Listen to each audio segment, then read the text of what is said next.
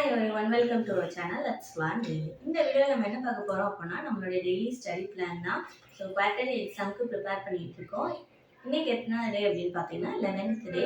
So 10, 11, 12க்கு தான் பார்க்குறோம். 11 and 12க்கு physics and கெமிஸ்ட்ரியும் 10th ஸ்டாண்டர்ட்க்கு சயின்ஸும் பார்க்குறோம். ஸோ ஃபஸ்ட்டு இன்னைக்கு நம்ம எந்த கிளாஸ் பார்க்க போகிறோம் அப்படின்னா 12th ஸ்டாண்டர்ட்க்கு ஃபிசிக்ஸு.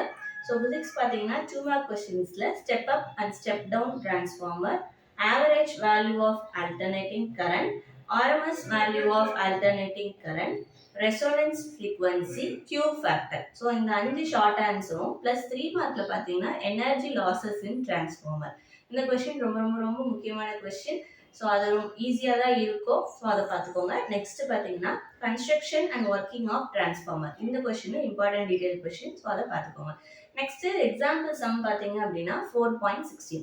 ஸோ இந்த கொஸ்டின்ஸ் ஃபுல்லாத்தையும் இன்னைக்கு கவர் பண்ணிடுங்க. இதில் இருக்க எல்லாமே இம்பார்ட்டன்ட் கொஸ்டின்ஸ் தான். ஸோ மறக்காமல் கவர் பண்ணிடுங்க. நெக்ஸ்ட் 12th கெமிஸ்ட்ரிக்கு பார்த்தீங்க அப்படின்னா பேஜ் நம்பர் 40ல் இருக்கிற யூசஸ் ஆஃப் ஆலம், அதே லெசனில் இருக்க question number 16 and question number 18.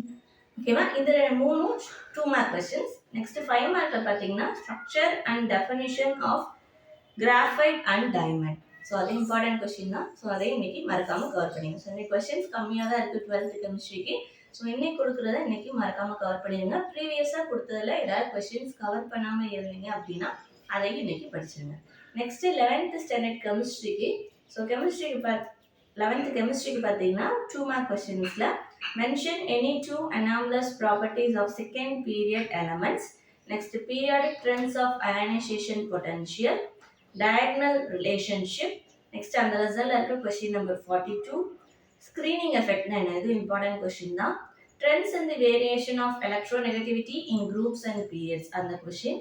Next 5 மார்க்ல பார்த்தீங்கன்னா அதே லெசன்ல இருக்க question number 43 next basic of Pauling scale of electronegativity. இந்த கொஸ்டின்ஸ் எல்லாத்தையும் கவர் பண்ணிடுங்க. இன்னைக்கு கொஞ்சம் அதிகமாக இருக்க மாதிரி தான் இருக்கு, ஆனால் இன்னைக்கு கவர் பண்ணிடுங்க. நாளைக்கு திரும்ப ஃபுல்லாக ரிவைஸ் பண்ணால் உங்களுக்கு கரெக்டாக இருக்கும்.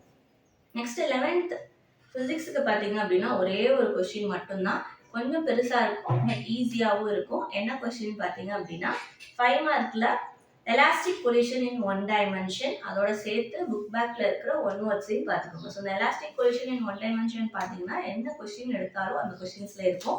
வேணும்னா செக் பண்ணி பார்த்துக்கோங்க. Quarterly, half yearly or revision நீங்கள் என்ன இதை எடுத்தாலும் அதில் அந்த கொஸ்டின் கண்டிப்பாக இருக்கும். ஓகேவா?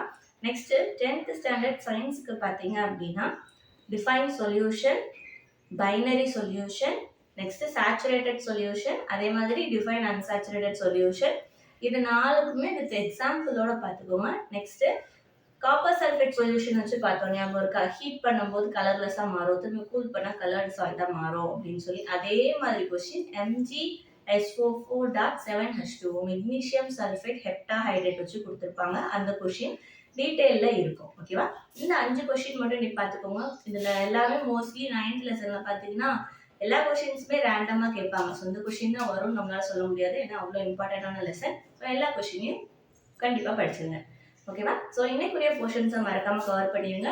நாளைக்கு எப்பயும் போல நம்ம வீடியோ போட மாட்டோம். ஸோ நாளைக்கு என்ன பண்ணணும் அப்படின்னா இந்த வீக் ஃபுல்லாக போட்ட எல்லா வீடியோஸ்லேயும் இருக்கிற அந்த கொஸ்டின்ஸ் எல்லாத்தையும் திரும்ப ஒரு தடவை ரிவைஸ் பண்ணுங்கள். ஸோ ரிவைஸ் பண்ணுறது உங்களுக்கு ஆல்ரெடி சொல்லியிருப்பேன். டீட்டெயில் கொஸ்டினோ இல்லை என்ன கொஸ்டினாக இருந்தாலும் புக் பேக்கில் இருக்க கொஸ்டினை ஓப்பன் பண்ணி வச்சுட்டு அதில் இருக்கிற கொஸ்டினுக்கு ஏற்ற ஆன்சர் உங்களுக்கு வந்து ஞாபகம் இருக்கா, ஸோ இதுதான் ஆன்சரான்றதை ஒவ்வொரு கொஸ்டினுக்கு ஒவ்வொரு தடையும் செக் பண்ணிக்கோங்க. ஸோ அது போக டெரிவேஷன் கொஸ்டினாக இருந்தால் எழுதி பாருங்கள், டயக்ராமே எழுதி பாருங்கள், அப்படின்னா தான் உங்களுக்கு மறக்காது. ஸோ கண்டிப்பாக இன்னைக்குரிய போர்ஷன்ஸை கவர் பண்ணிடுங்க. ஓகேவா? ஸோ அது போக இன்னைக்கு தான் நம்மளோட வீடியோ பார்க்குறீங்கன்னா மறக்காமல் சப்ஸ்கிரைப் பண்ணிடுங்க.